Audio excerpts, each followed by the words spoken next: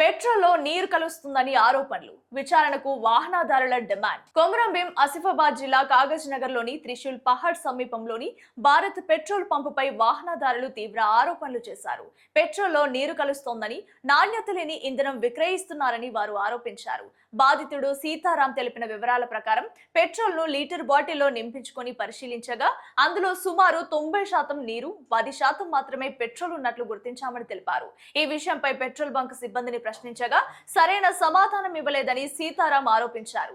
ఇంధన నాణ్యతపై అనుమానాలు వ్యక్తం చేసిన వాహనదారులు తమ వాహనాలకు నష్టం వాటిల్లే ప్రమాదం ఉందని ఆందోళన వ్యక్తం చేశారు.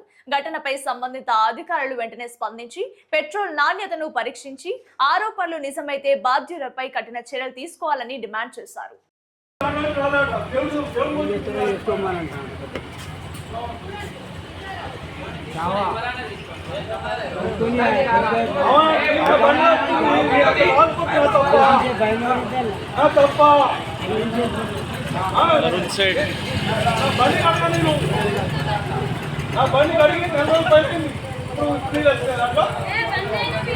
అది కాదమ్మా, ఇప్పుడు తప్పైన అర్థం ఉంటుంది. నేను వేసుకోలేము, దేవుడికి వచ్చింది మరి నేను చూసుకున్నాను. మరి నేను చూసేవాడినా నా బండి